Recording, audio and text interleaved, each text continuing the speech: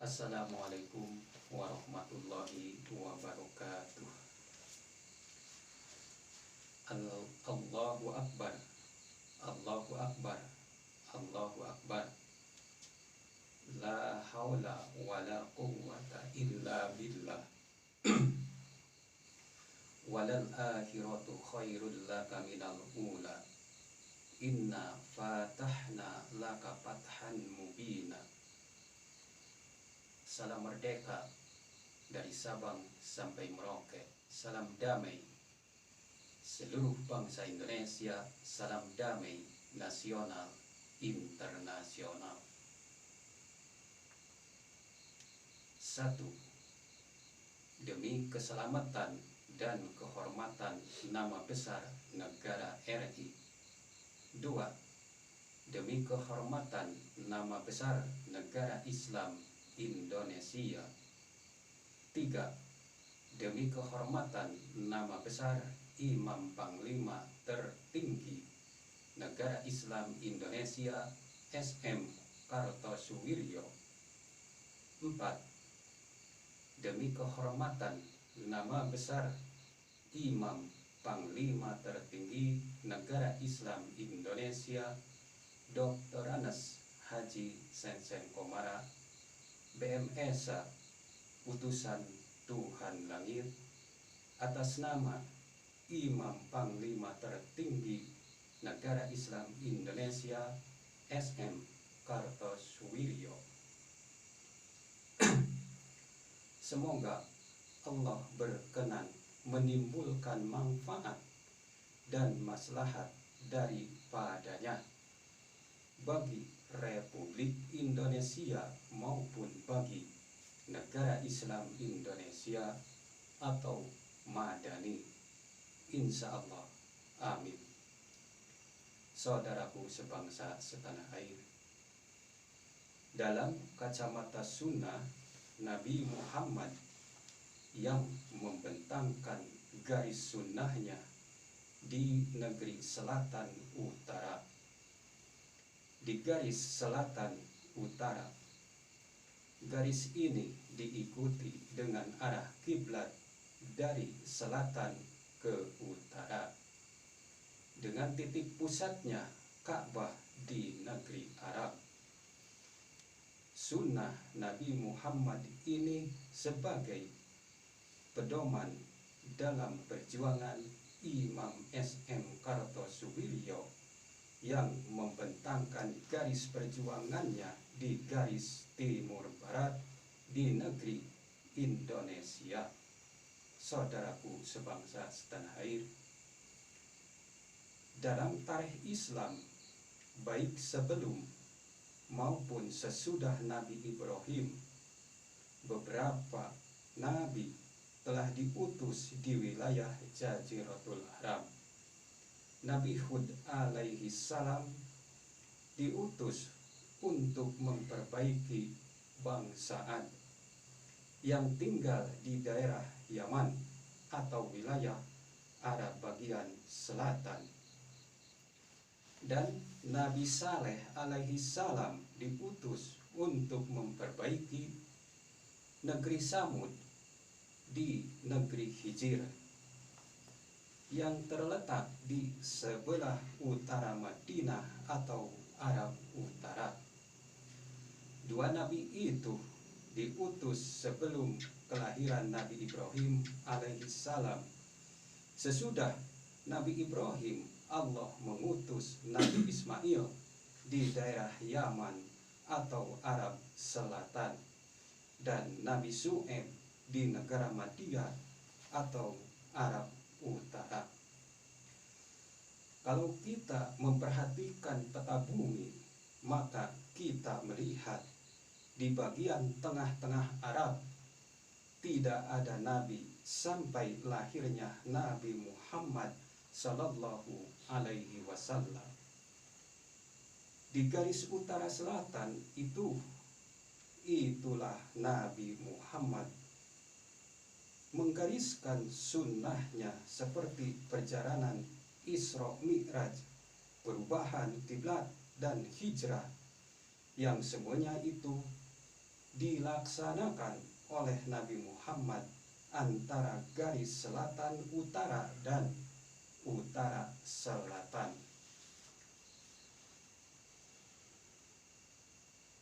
Allah telah berfirman di dalam Al-Quran, A'udzu billahi minasyaitonir rajim.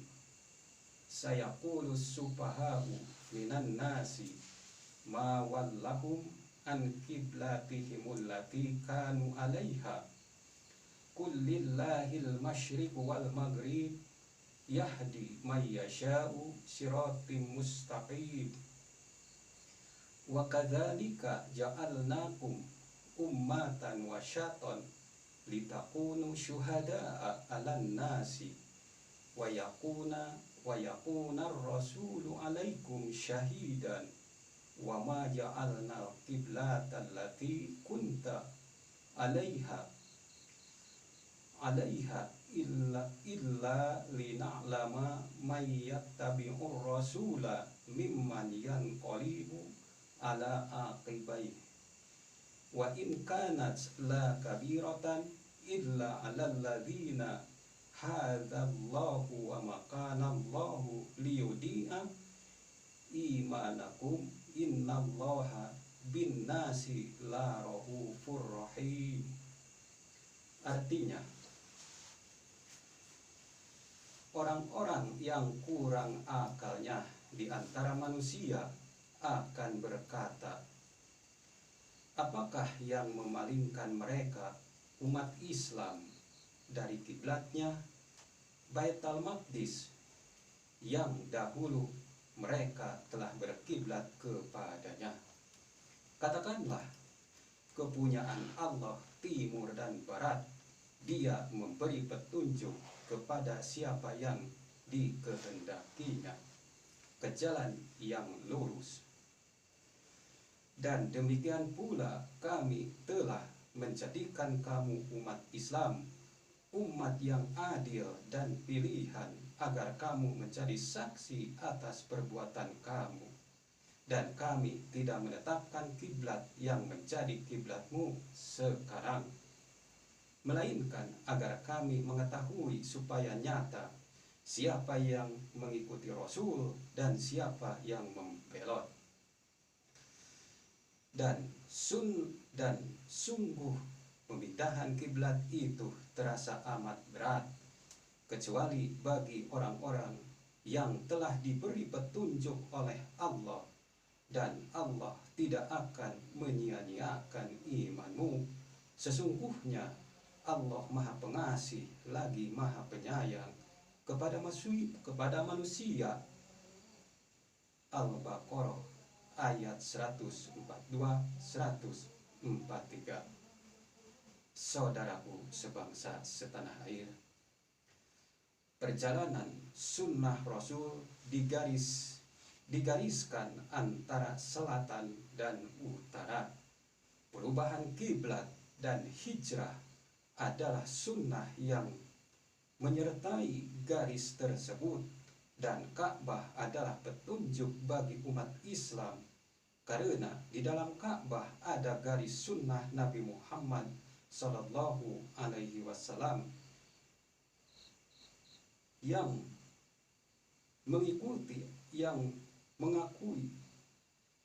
Saya ulangi, di dalam Ka'bah ada garis sunnah Nabi Muhammad Sallallahu Alaihi Wasallam yang wajib dicontoh, diteladani, dan diikuti oleh umat yang mengakui Allah sebagai Tuhannya dan Muhammad Sallallahu Alaihi Wasallam sebagai Nabi dan Rasul. Saudaraku sebangsa setanah air,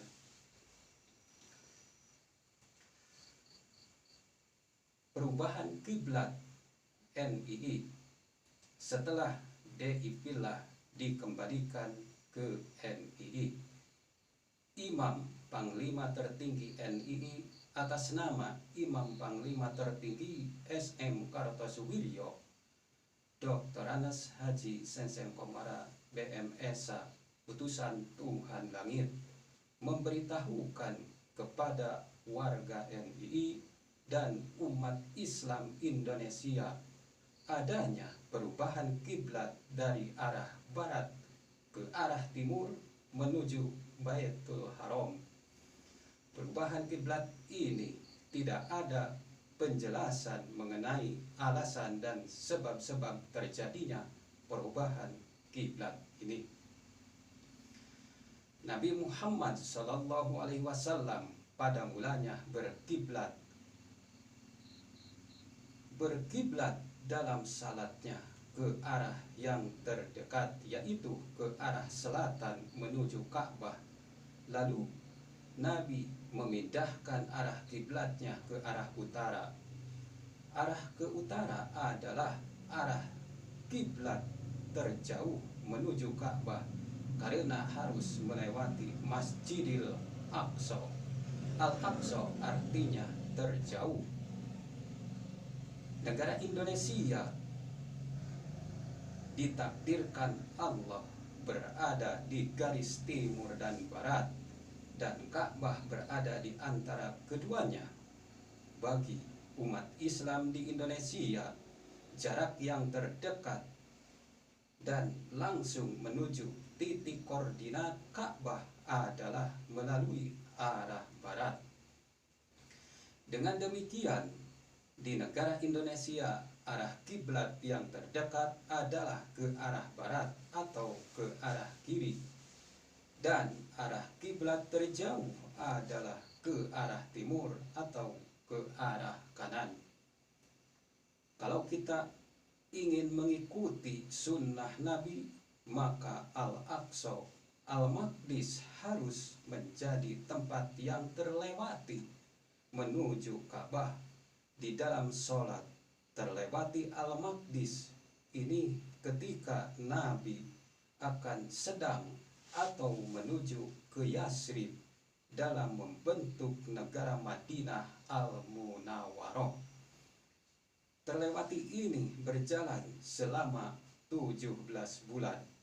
Begitu juga perubahan kiblat dari barat ke arah timur oleh Bapak Imam Dr. Anas Haji Sensen Komara BMSA utusan Tuhan Langit ketika menuju terwujudnya negara Madinah Indonesia atau Madani melalui cara konversi damai. Saudaraku sebangsa setanah air, selanjutnya penanggung jawab konversi damai, penanggung jawab di pihak Allah, DITII NII Madani di Jalan Raya Karangpawitan 165 Garut, Jawa Barat, Indonesia. Dr. Anas Haji Sensen Komara BMSA utusan Tuhan Langit, ulama besar nasional internasional, untuk sebagai bahan renungan bimbingan di hari kiamat tegak berdirinya kemenangan seluruh umat beragama, khususnya di negeri tumpah darah Indonesia, umumnya di seluruh dunia, bersama pedoman Dharma Bakti dan Undang-Undang Dasar 1945, juga negara karunia Allah ilahi antara Jakarta, Garut, Kuba, Amerika Serikat, seluruh dunia internasional. Saudaraku sebangsa setanah air, selanjutnya sebagai tanda bukti bahwa beliau telah disahkan dan diterima oleh negara sebagai ulama besar nasional internasional sekaligus utusan Tuhan Langit Allah Ta'ala Rabbul Alamin. Sebagai tanda bukti saya sampaikan ini.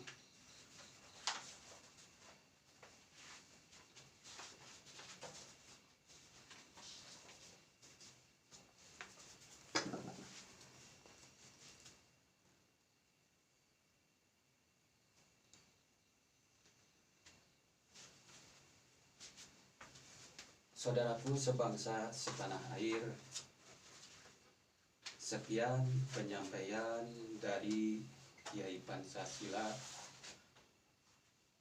di bawah bimbingan ulama besar nasional internasional Bapak Haji Dr. Anes Sensen Komara BMSA mengenai perubahan kiblat.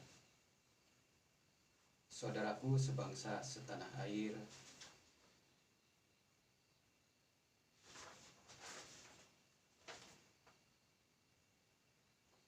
sekian penyampaian dari Kiai Pancasila sekaligus putra DITI Tentara Islam Indonesia. Wassalamualaikum warahmatullahi wabarakatuh.